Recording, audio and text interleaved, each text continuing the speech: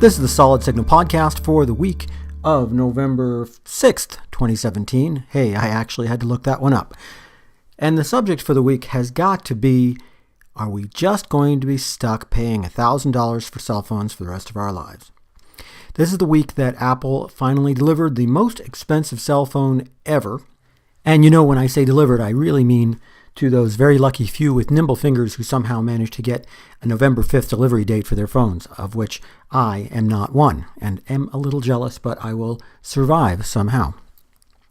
Apple came under some criticism initially when they priced iPhone X at $1,000, but it really wasn't that big of a jump when you look at what Samsung has been promising for its phones for a while, and you know, it just is where we're going. I understand that a lot of us got free iPhones initially. A lot of us paid $199 for our phones with a 2-year contract, but those days, my friends, are gone.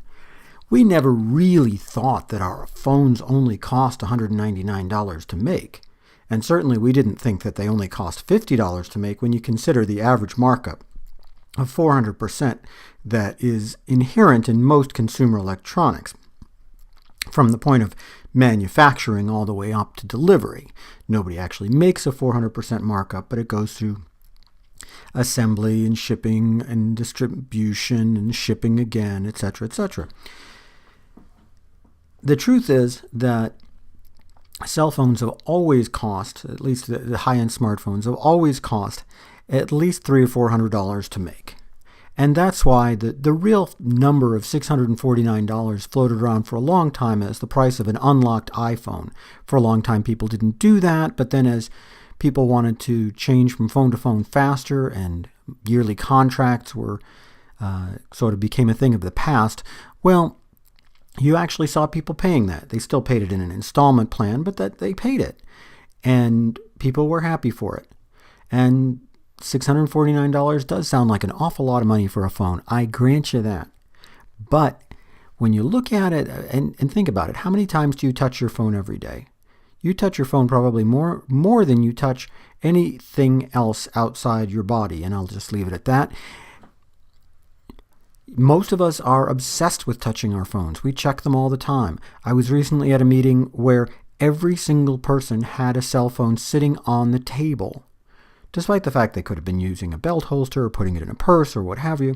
No, we want to know exactly to the millimeter where our phone is, what our phone is doing at any point in time, and that is because the cell phone is the most important thing that you have.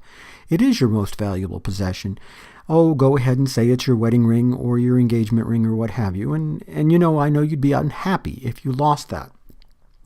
If you lost a valued piece of jewelry, you'd probably be beside yourself, and then you'd put in an insurance claim, and then in a couple of weeks, you would have a new piece of jewelry. Compare that to the idea of losing your cell phone. If you think you've left your cell phone somewhere, well, chances are you're going to go nuts for about an hour or two until you figure out where it is, and if you do lose it, you're going to get a new one the very next day.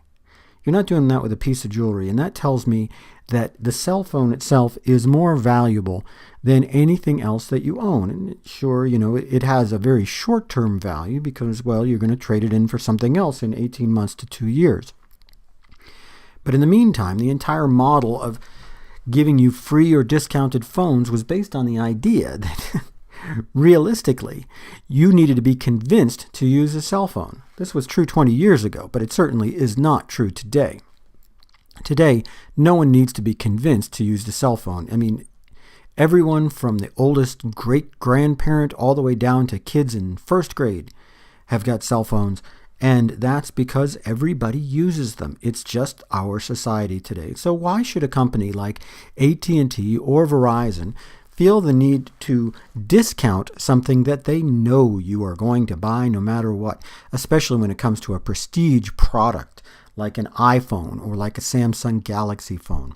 These are the phones for the glitterati. These are the phones for the early adopters, the people who are making a statement as much as anything else.